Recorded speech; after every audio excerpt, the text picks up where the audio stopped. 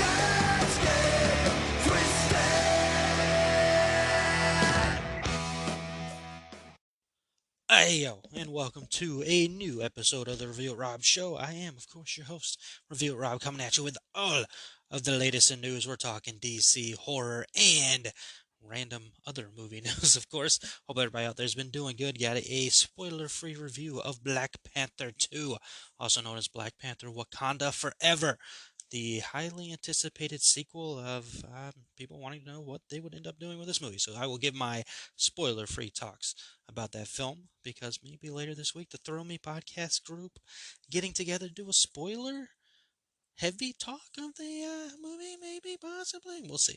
But speaking of the Throw Me Podcast Network group, man, please give us a like and subscribe on the YouTube.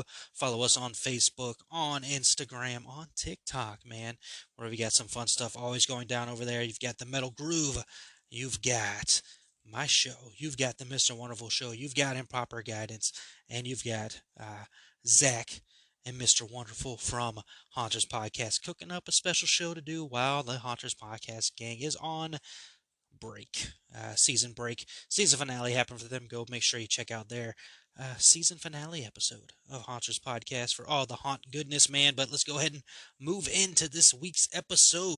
Trying to think if I was up to anything since last time we talked, but not really. I haven't really done anything. I don't think. No, not really. Yeah. Might hit the movies this weekend, but we'll see. We'll figure that out later. But as far as, I haven't really done anything. No. All right, cool. So let's go ahead and play the trailer, man. I'm going to cue up the trailer for Black Panther Wakanda Forever, and then I'll come back with my review thing. So here we go.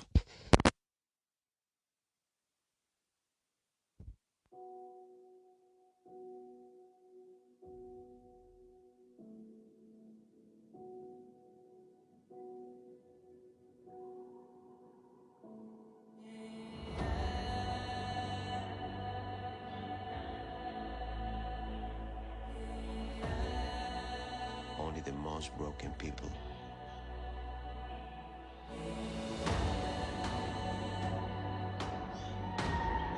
can be great leaders.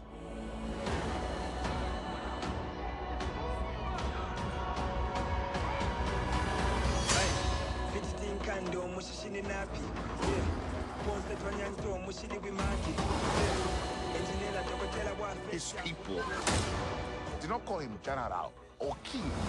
They called him Kukul Khan, the feather serpent god. Killing him will risk eternal war. He's coming for the surface world.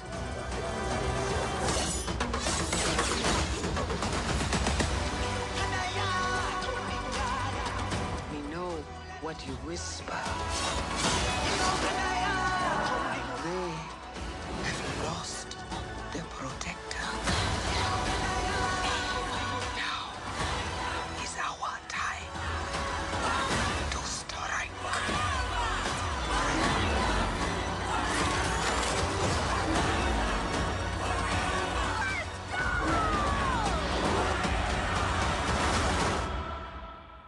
Show them All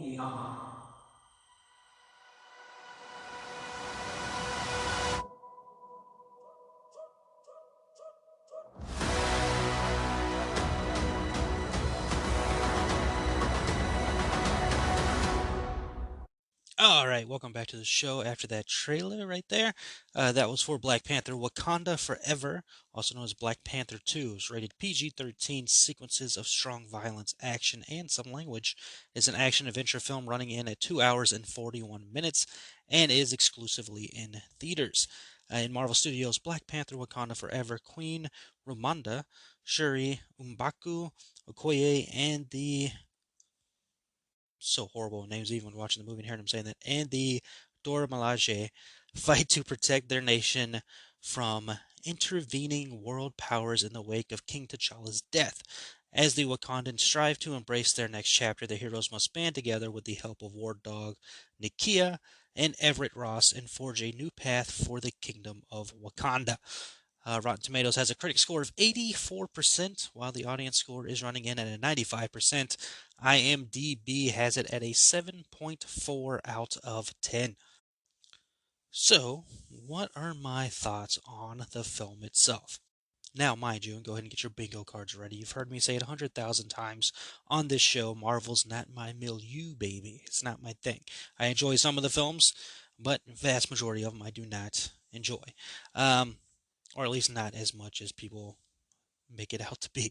Now, so going into Black Panther 2, I really did enjoy the first film. I liked a lot of aspects of it. I don't think it was a perfect film by any means. I think it was very heavily driven by Michael B. Jordan's performance as Killmonger, while there's still some great stuff in there. Of course, Chadwick was fantastic, as he always is, and sadly was. That was the big question going into Black Panther 2, is how are they going to make this film work without their king, without their star, without Chadwick Boseman, who sadly and shockingly passed away out of nowhere, man. It was such a huge blow and a devastation to the cast, to people who love Chadwick, of course, obviously to his family, all involved. And it was just a question of, will this movie happen? I remember reading the movie was almost not going to happen because you lost your star, you lost the Black Panther, you lost the heart of that creation. But in that creation, you have somebody who is amazingly talented in Ryan Coogler, and I think that's not something that's up for debate anymore, especially after seeing this film and what all they had to go through in making this movie. I give Ryan Coogler huge, huge praise for what he created here. So, we all wondered, what could a sequel to Black Panther be without the star, and it's most basically what I was expecting going in. It's a very, very, very emotional story. It is extremely emotional, and we're talking like right from the get go. And again, I'm not going to spoil anything. I think we all knew going in that T'Challa was no longer going to be the Black Panther. If you've seen the trailers, if you've heard anything about the film, and of course knowing that Chadwick passed away, we knew that T'Challa would no longer be there, and that they would have to do a story focused around T'Challa's passing. So yes, very, very emotional story, and I think it's weird to say, but I think that's what makes this movie so good. It stands out. An ability to it. Now, it still has moments where, like the other Marvel films, where you're like, okay, I see, the pieces you've taken from that Marvel movie and put here and all that stuff. But it doesn't hinder this movie as much as it does the other Marvel films. I think it was very well put together. And it's just the emotion of the whole story was, the leading point and the main thing I left the film with. The first time leaving a Marvel movie, remember when you left Infinity War? Like, not that much dread, but like that much heartfelt emotion going out of it. Like, you feel it coming out of this movie, man. You really feel it. And that, we do get our comedy bits in the movie, of course, and you get your action scenes and all that, which I'll touch on in a moment. But yeah, I think the emotion of the story is the main driving force of what makes this movie actually really good. The performances are great. That's my main plus. My main takeaway from the film coming out of it was Angela Bassett is freaking fantastic actress. She steals the show in all of her scenes. She is absolutely incredible. She gives an incredible. Again, I'm not gonna spoil it. Maybe we'll talk about it on the Thrill Me Podcast Network. But there's a scene with her where she just freaking gives such an empowered performance. You're like freaking A, man. Like, yeah, you're like, you already knew she was good, but god dang, she's fantastic, right? And the rest of the cast really does a good job having to put together this story and deliver in the emotional beats and then deliver in the emotional scenes. So they do the job that they need to do, and always great. And of course, Winston Duke's always freaking fantastic as M'Baku. Shuri's good. You know, you got Okoye's good. Freaking Nakia's good. Good cast, man. Namor, I will give the Black Panther films the credit of credits here that I think that they have been the strong point of the villain slash anti-hero. And I have a hard time calling Killmonger and Namor villains. If you look into what they're fighting for, are they really a villain or are they just an anti-hero? However you want to go with it, but I think Namor was a very, very strong adversary in this film. All of his scenes were good. You could tell he was a threat to everything, and there was a good reason as to why he was a threat. You know, and going back to the first Black Panther movie where Killmonger was a fantastic performance and a fantastic adversary to the Black Panther. You know, like so the Black Panther films have done a fantastic job with their villains, if you want to call them that. But you know, they've done a good job there, and I mean, top notch when you look at it. There's Thanos, and then there's Killmonger, and I would say Namor, man. I mean, obviously Michael Keaton as Vulture could be put on that list as well. But yeah, I think these are the. I mean, Black Panther nails it every single time with these anti-heroes or villains or whatever you want to call them. Riri, we didn't touch on her. So Dominic Thorne, Riri Williams, Ironheart, was introduced in this film, and I like Riri. Not so sure how much I feel about Ironheart, if that makes sense. I like the Riri character. She was cool. You know, kid in college, very smart, able to put things together very easily. Um, don't know how I feel about the Ironheart suit. It looks very anime-ish. Looks very. I don't know about the suit itself. And again, I don't read the comic books or anything like that, so I don't know if that's what the suit's supposed to look like. If it's going to change more over time, I don't know. I don't pay attention to it. From what I understand, it's an Iron Man suit that she's made in her own style. So, eh, you know, it's fine, I guess. But I think that's one of my main dislikes of the film is the CGI just isn't there for me with some of these things.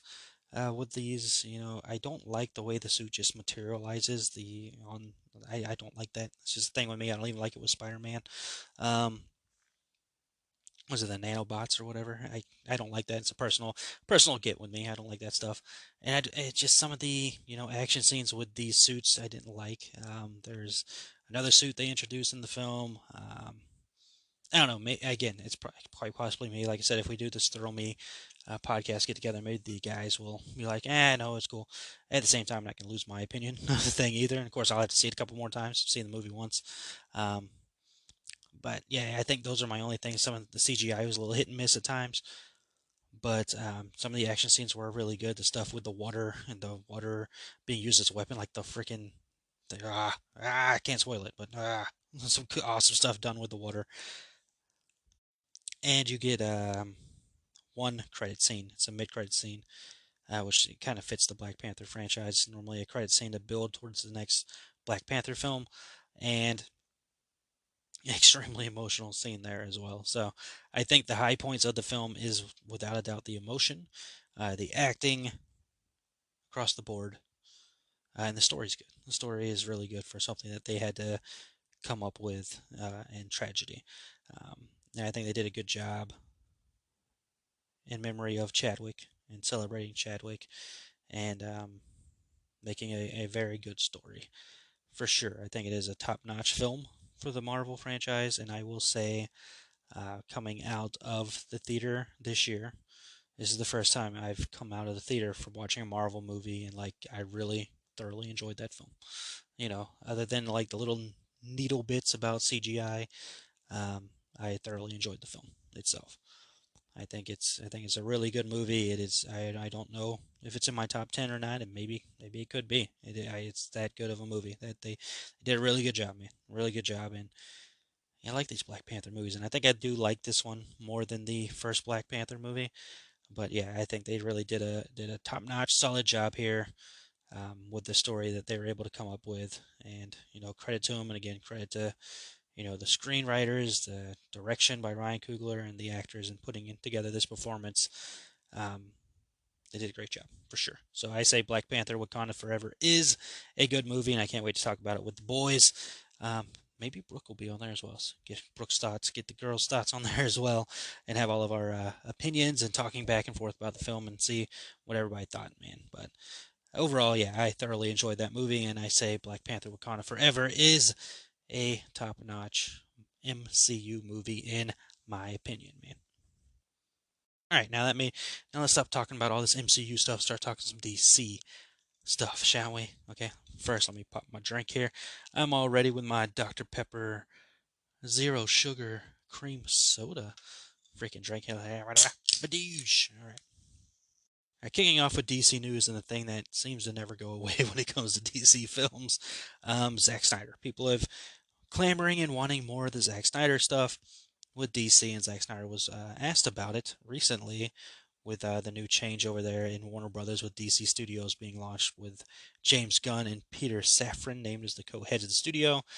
Snyder said, quote, "As far as I know, which is very little, I am doing my thing and haven't had anyone give me a call or anything.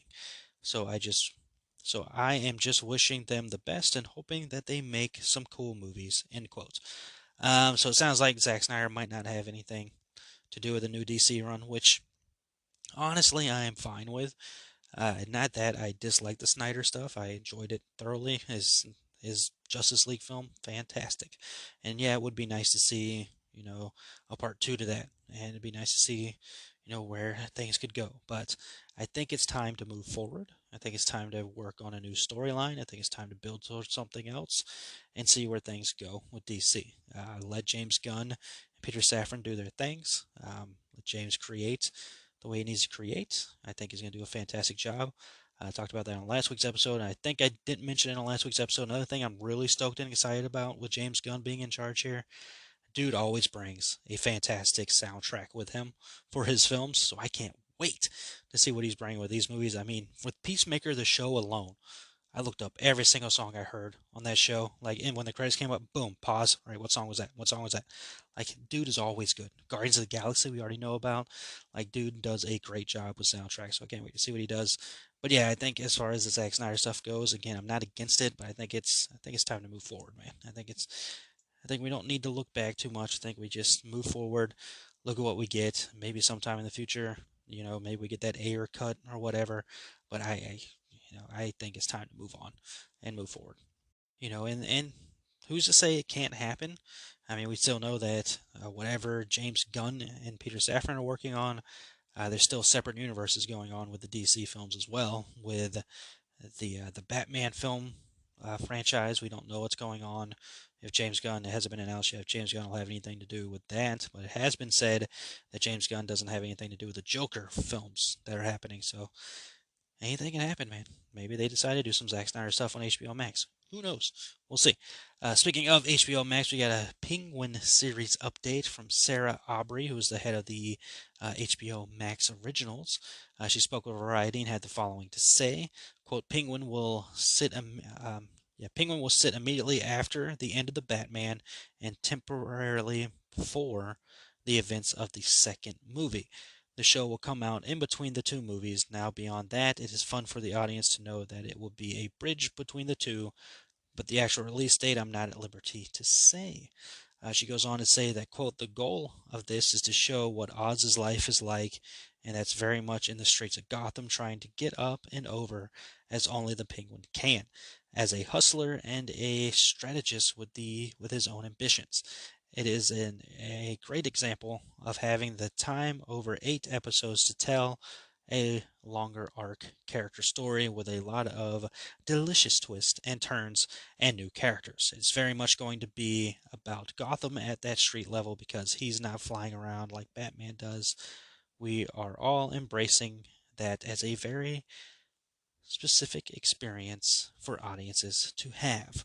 I'm excited for the show, man. I'm glad Colin Farrell's back for it. I can't wait to see more into the Matt Reeves Batman style. I honestly, I kid you not, was watching the Batman last night.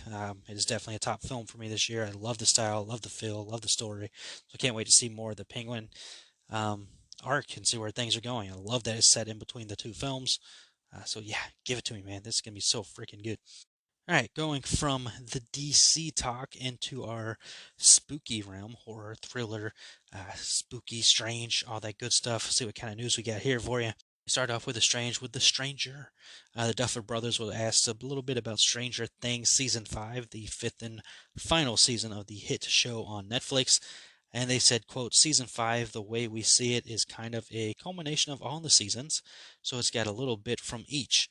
I think that what we're trying to do is go back to the beginning a little bit and sort of the tone of season 1, but also scale wise, it's more aligned with what 4 is. So hopefully it's got a little bit of everything. Which, feels like a duh. You would want the final season to be a culmination of everything we've seen so far. But yeah, it's good to hear. I think the question they asked is how what 80s songs or what 80s vibes will be in the season. And the Duffer Brothers said they're going to try to do um, everything to make it all feel connected and like make it feel like it was in season 1, but on a big scale like season 4 was. So be prepared for more long episodes, man. But I can't wait. Stranger Things, great show. Can't wait to see more stuff. Just give me some more Billy, damn it. All right, speaking of shows that are coming that should be good, the It prequel series, Welcome to Derry. We've got some updates on that. With the fact that it's found as showrunners. Variety reports that Jason Fuchs and Brad Caleb Kane will serve as the showrunners for the series. The plot details are still unknown. The only thing that is known about the series is that it will reportedly focus on the ongoings of the town of Derry in the 1960s as it leads up to the events of the 2017 film. The prequel series will reportedly also include the origins of Pennywise the Clown, the mysterious and supernatural figure that haunts Derry.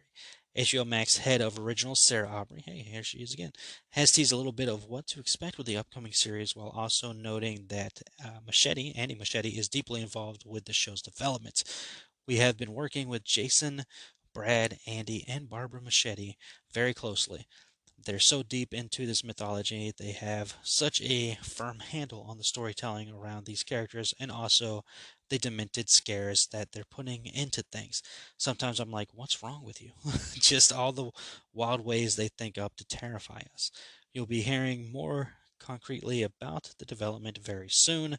Andy is very involved in every bit of this, so that is the real recipe for success for delighting fans. End quote. Of course, Andy Machete, Barbara Machete were behind the two It films.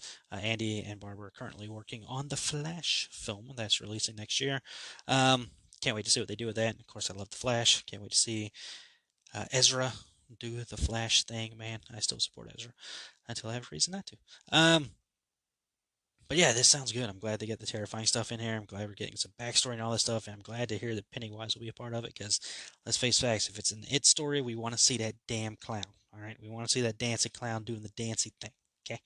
I mean, I'm sure the show would be fine if it wasn't some dancing clown in there. But hey, we gotta have that damn clown, man. I hope Bill Skarsgård is behind the character. I haven't really heard anything about that. We'll see. Speaking of Bill Skarsgård, I think Barbarian's my favorite horror movie of the year. Came across that question recently. What's your top 3 horror movies of the year? And I think Barbarian is my favorite. I have to, again, we're coming up towards the end of the year, so I'm going to have to shuffle. Not shuffle. I'm going to have to, put the list together about all the movies I've watched and all that stuff and rankings and all that. But yeah, nonetheless, Welcome to Derry is a show that is actually happening on HBO Max. Oh my God, I didn't thought HBO Max wasn't making TV shows anymore. No, they're still making TV shows. And that Penguin show is on HBO Max as well. Okay, let's see. More news. How about some Scream news? I haven't talked Scream in a little bit. And of course, Jenna Ortega was talking to Entertainment Tonight. She's doing some press, of course, with the Wednesday show coming out later this month. And she is, of course, starring in Scream, reprising her role from Scream. As far as I'm concerned, she's earned the badge of Scream Queen. She is the new generation Scream Queen, if you will. check her filmography. She's got the freaking details there. She can be a scream queen. Damn it. But they asked her some questions about Scream, of course, and of course the question of Neve Campbell came up, and Jenna had the following to say, quote, "I feel like I can't really speak too much on that just because it's not necessarily my character. Um, but I will say there's so much going on in this next one that is so action heavy, so gore heavy, that I think you're going to be distracted almost. But it's very clear, like there's references to Sydney, of course, it's nice because there's still a protectiveness in the script, and that's something that the actress had naturally over her because obviously we respect her and we want the best for her. She's missed and thought of. So with the Neve Campbell situation of Sidney Prescott for the first time not being in a Scream movie, obviously it's something people are going to think about going in. But hearing that the movie is going to be very action heavy and gore heavy to try to distract you is interesting to say the least. But be careful. Fans don't like action heavy horror movies. Oh, no, excuse me. Fans don't like action-heavy horror movies that star Tom Cruise, but they love action-heavy horror movies that star Brendan Fraser. I said it. Fucking, I don't care. It irks me so much. It's the stupidest thing I've ever heard in my life. We don't like that Mummy movie because it's like Mission Impossible. God, freaking idiots. All right, anyways. Where was I? Let's see. Where was I? News-wise. Talking about Scream. Right, she also goes on to say, quote, "I'm so excited about it because there's a lot of good chase sequences, kind of reminiscent of Scream 2. There's a chase between Gale and Ghostface through the lab. I feel like we have a lot of stuff like that in the second one." So, she's saying Scream 2 and what is this, Scream 6? Scream 6 is going to have references to Scream 2, which this would be kind of Scream 2 since the other movie is called Scream. I don't know. It's the sixth film in the Scream franchise. But yeah, cool. Into it. We'll see what happens. I was kind of meh about the Scream film that came out recently. I know I have some friends who felt the same way, that they were pretty meh about it, and there's a lot of people who love the film, which is fine. Enjoy what you want to enjoy film-wise. I will obviously watch the movie when it comes out as a Jenna Ortega fan, as a horror fan. I'll check out the Scream franchise, see where they go.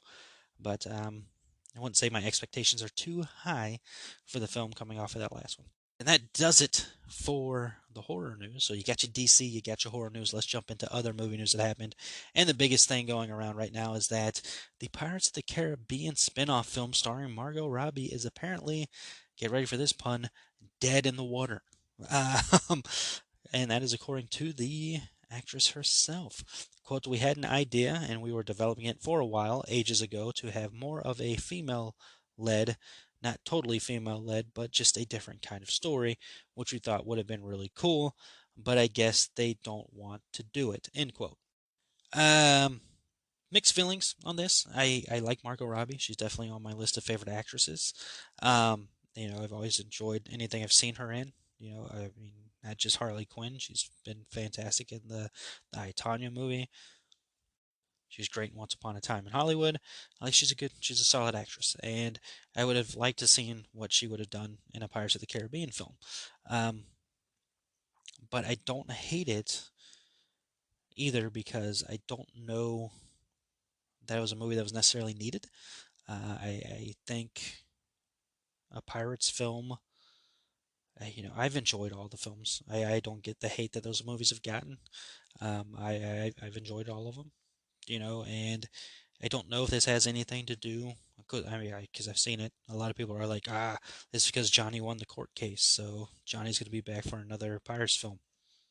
Can't say, neither confirm nor deny that. I've seen nothing saying that he is. Of course, I am all for that. I think that is the right move to do another film with Johnny Depp. If you're going to do a Pirates of the Caribbean film, Johnny should be in it. He's what made that franchise the success that it was. And there's no ifs, ands, or buts about that. So I think, hopefully we do get a Johnny Depp Pirates film and put Margot in it. Why not? Have both of them in it. I mean, if the screen can handle that much sexy in one movie, why not?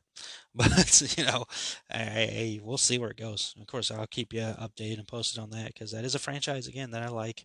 I like the ride in the theme park. We'll see. We'll see, man. Let's see. Keanu Reeves is apparently in negotiations to reprise his role as John Wick in the upcoming spin-off Ballerina, which would star Ana de Armas. The show would also have Ian McShane in the film, reprising his role as the Continental Hotel manager Winston, who's played that character since the first John Wick film. Ballerina will watch as a young female assassin who's played by de Armas seeks revenge against the people who killed her family. Sounds like Robin in that Batman and Robin movie where he's going after Two-Face for killing his family. I digress. Cool. Good on him. I know the John Wick trailer, John Wick 4 trailer recently came out. I haven't watched it. Might keep it that way too.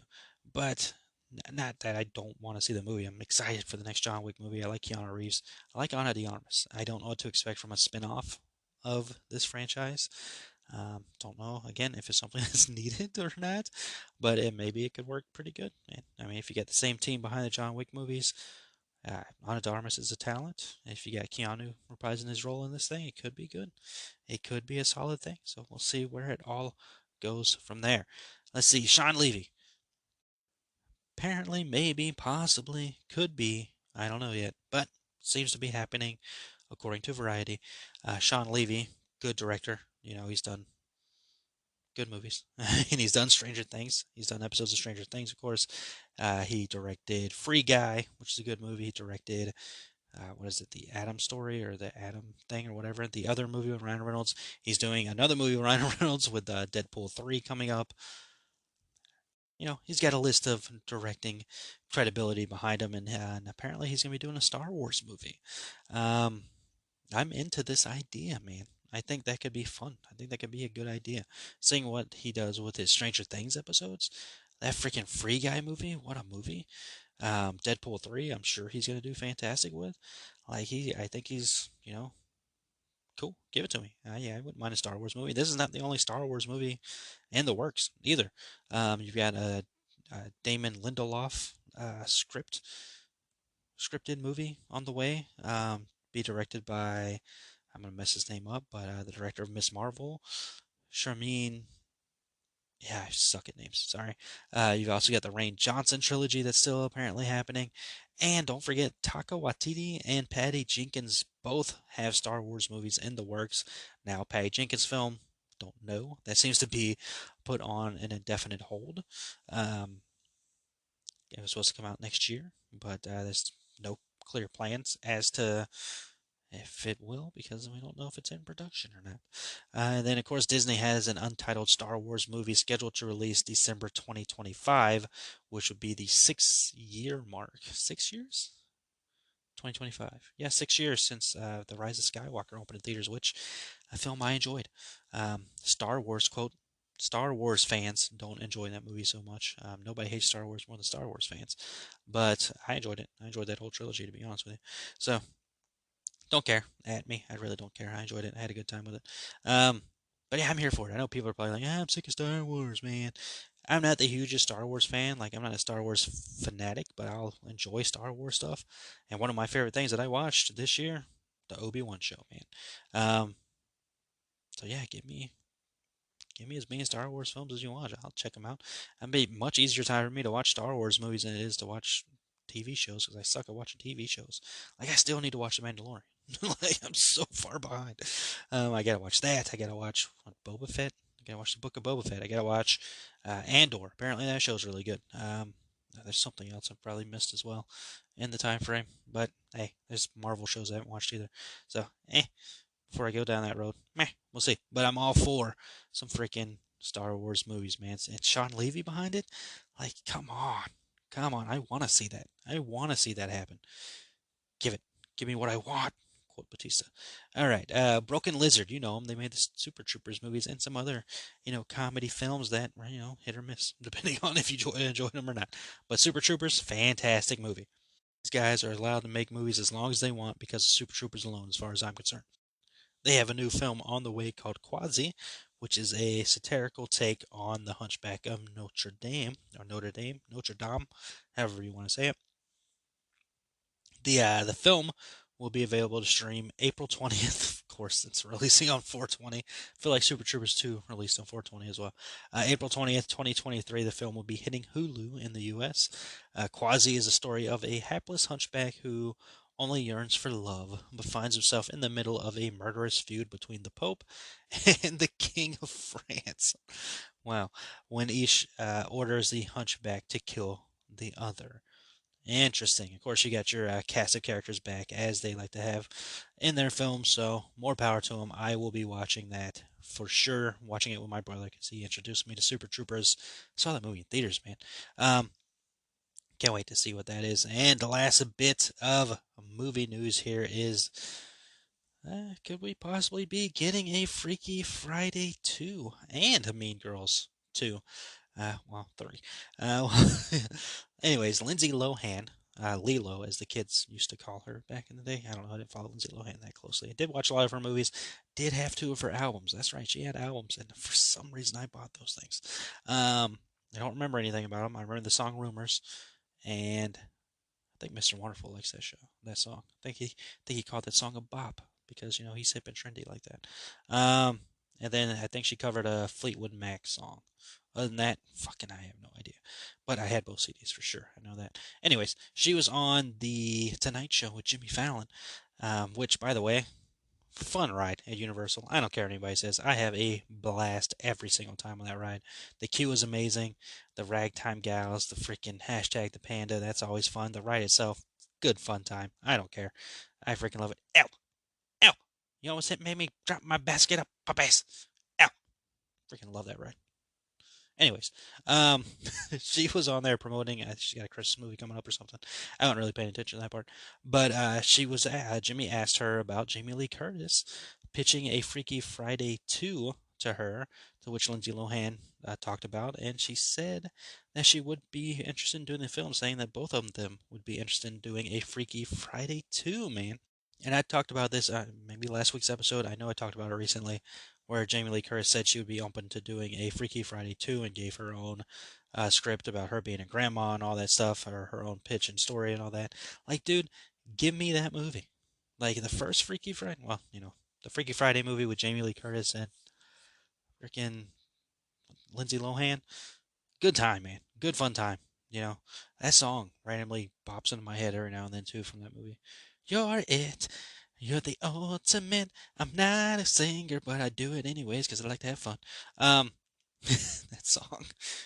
It's a good song. Catchy. Anyways, yes, I would gladly watch a Freaky Friday 2 of those two. Are you kidding me? Like, I love Jamie Lee Curtis, first and foremost, so I'm in for whatever she's got to do. Lindsay Lohan, I enjoyed some of her movies. I haven't followed her career recently. I don't know what she's been doing recently, to be honest with you. But I'm glad she's getting a comeback, man. Everybody deserves a comeback. And, yeah, give me Freaky Friday 2. Now, as for Mean Girls, Jimmy Fallon did ask her about if we'd get a Mean Girls 2, and Lindsay Lohan said that's in Tina Fey's court. If you follow closely, Jimmy Fallon and Tina Fey are really good friends, so maybe Tina Fey would have heard that. I think... I don't know what the sequel would be for Mean Girls. I really don't know. I think that one... I don't know if that's one we need. I mean, I'm sure Tina Fey is freaking fantastic. Like, so I'm sure she can come up with a story, but I don't know if that's... I don't know. I guess their kids would be in school now, right? I don't know. I have no idea. I have no idea. Yeah, I don't know. But that wouldn't be Mean Girls 2. There was actually a Mean Girls 2 film that I remember coming out, and I don't remember it being all that good. I feel like it was like a E-channel original film or something like that. Like, it was like a TV original movie for sure. Like, I don't think this movie was released. I don't believe it was. But there was a Mean Girls 2 that happened. Look it up. It did happen. You probably forgot about it because, again, I don't remember that movie being all that good. But... so I don't know if this would be a Mean Girls 3, or you can just call it Mean Girls Do, or whatever you want to call it. And you can call it Mean Girls 2 if you want. Hell, we're calling Halloween, Halloween, and Scream, Scream, and we've already have a Halloween and a Halloween and a Scream and a Scream. I don't know. I don't know if we need that one, to be honest with you. I don't think we need another Mean Girls movie. It'll be fun. Again, if Tina Fey's in it, you've got Rachel McAdams back, Lacey Chabert, and Amanda Seyfried back, Lindsay Lohan back. it might work. I mean, you have to have Tina Fey though. As far as Freaky Friday 2, I'm into that. I'm into that idea. Give it to me. I'll watch that in a heartbeat, dude. Put it on Disney Plus as a Disney Plus original. I don't care. Put it on Hulu. I don't care, dude. Just give me the movie. I'm into it. I like the idea. Like, I'll watch that movie in a heartbeat. Hell, I might watch Freaky Friday right now after I get done recording this. I don't know, but it could happen. Nonetheless, that's the news. That's the news for this week's episode. I'm a riot, man.